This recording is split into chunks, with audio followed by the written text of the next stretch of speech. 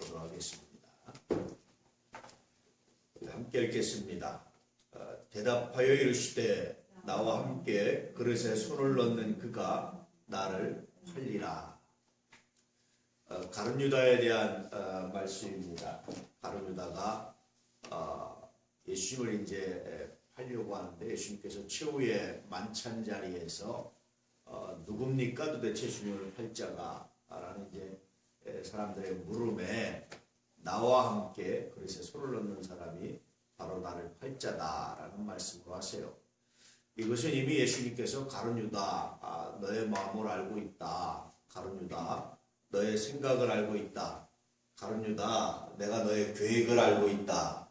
라는 의미의 말씀이죠. 이런 말씀을 통해서 사실은 예수님께서 가룟 유다에게 어떤 회개할 기회를 주시고자 하는 그런 주님의 마음이 나타나고 있다 이렇게 생각이 됩니다. 그런데 굉장히 중요한 여기서 굉장히 중요한 이야기를 하나 하시는데 가룟 유다가 왜 주님을 팔까? 물론 우리는 가룟 유다가 돈에 대한 욕심 때문이라고 이렇게 말하고 있잖아요. 그런데 오늘 본문에는 가룟 유다의 작은 습관이 하나 기록되어 있습니다. 우리나라 사람들도 군사불체라고 해서 왕과 선생님과 아버지는 하나다라고 말할 정도의 권위를 두죠. 선생님의 그림자도 밟지 않는다. 뭐 이런 생각 가지고 이제 지내죠. 그만큼 선생님이 굉장히 존귀했습니다. 요즘같이 선생님을 무시하는 시대, 참 슬픈 시대죠. 자기 아이를 가르치는 선생님에 대해서 존중하지 않으면서 그 아이가 선생님께 뭘 배우겠습니까? 그냥 지식 몇 가지 이렇게 배우는 거죠. 그런데 아시다시피 여러분, 지식 몇 가지는요, 시간이 지나면 다 잊어버려요.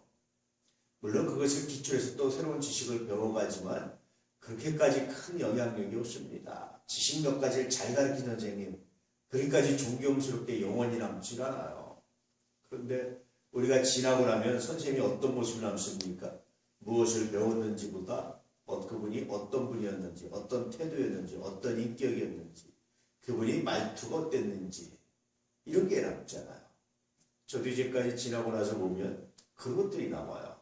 그러면서 그냥 평범하게 한 분들은 잊어버리는데 아주 좋거나 조금 좀 뭐라 그럴까요? 조금 비인격적이거나 이런 분들이 머릿속에 남아있어요. 그런 선생님들의 모습이.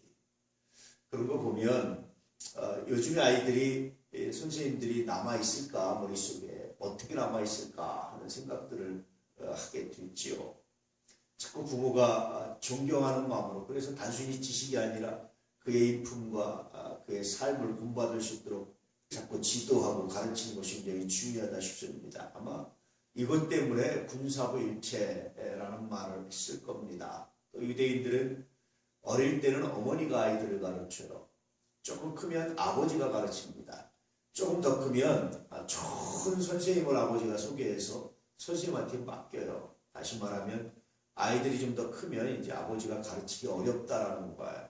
지식이 없어서가 아니라 지식이 있어도 가르치기 어려운 이제 그런 게 되죠. 그래서 좋은 선생님들을 소개함으로 아버지의 사명을 감당하고자 이런 일들을 합니다. 그러면서 소개할 때 우리나라 군사불체처럼 선생님에 대한 굉장한 존경심과 굉장한 마음을 담아줍니다.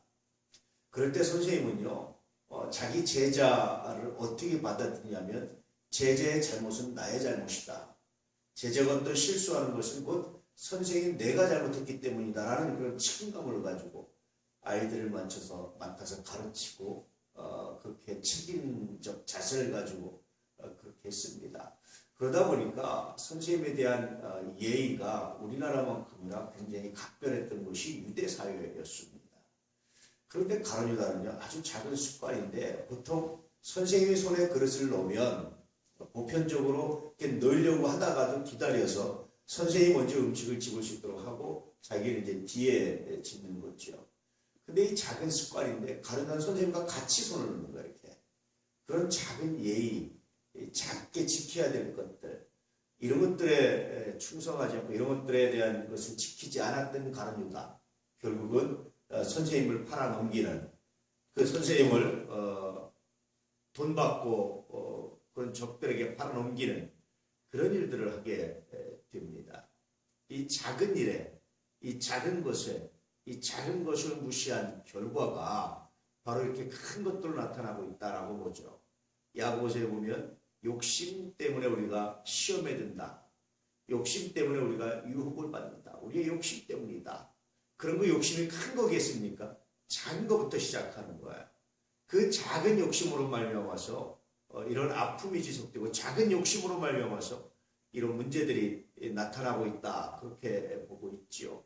그 욕심이 잉태한 즉 뭐가 났습니까? 죄가 되기 시작합니다. 그리고 죄가 장성해서 사망에 이르게 되죠. 그런 것처럼 이 작은 욕심이 문제가 되고 아픔이 되고 슬픔이 될 때가 종종 있다라고 말씀하시고 있는 겁니다. 가룟 유다.